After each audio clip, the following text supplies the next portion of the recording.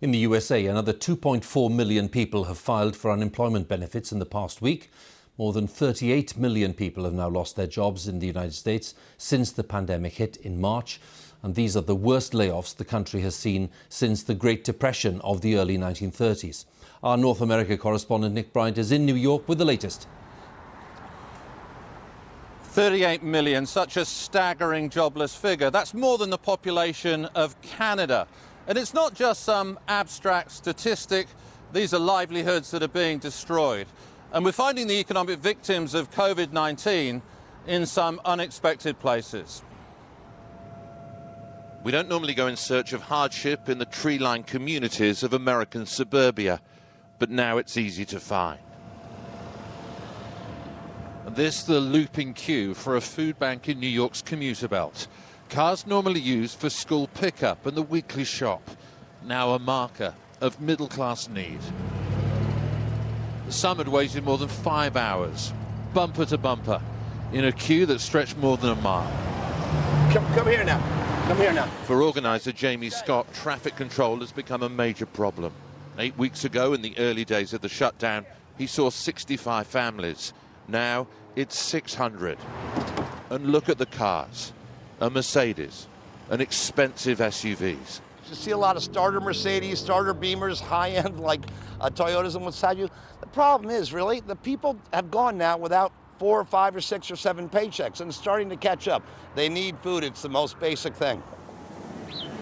Guys, it's going to be 3 families, guys, 3 families. At the front of the line, we met people who had well-paid jobs. All the way up, guys, all the way up to the girls. Before the coronavirus wrought such economic destruction. People who've never had to rely on aid. Michelle Fernanda is a florist, struggling to make ends meet. We have to pay the rent, gas, cars, and all the stuff. I mean, you've got a beautiful car. Did you ever imagine that you'd be lining up for food? No, never. Yancy Mendez is trying to feed her kids. Have you got any income at the moment? No, we don't have, because I work like housekeeping. So, you know, people doesn't want people to get into their houses because they have families, kids. So, and we have kids too, so. So you're not making any money at the moment? No. So you need this food? Yes, we need it. You want it all in the bed? We're witnessing the biggest economic shock since the 1930s, in a country still feeling the after effects of the financial crash of 2008. What's been noticeable since the Great Recession is the dwindling number of parents here who believe their kids will enjoy more abundant lives. That long-held belief in generational progress that gives this country so much energy and so much drive. COVID-19 has dealt yet another body blow to the American dream.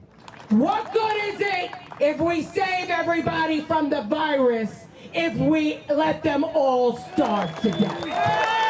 With desperation comes anger. Freedom! Liberty! This and then the shutdown protest in Staten Island, one of New York's most affluent boroughs. Most of these people are small business owners who believe the stay-at-home order from the state's Democratic governor has robbed them of their livelihoods and their liberty.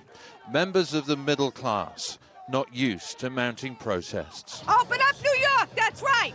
And if you can't do it, get these Democrats out. Open us up. Amen. You're killing us. And I've come to see Jesus. This is a convulsion that's shifting the ground beneath our feet. A disruption of immense historical scale, bigger than the Great Recession, more consequential than 9/11. Even in the most prosperous parts of America, lives have been changed forever. Nick Bryant, BBC News, New York.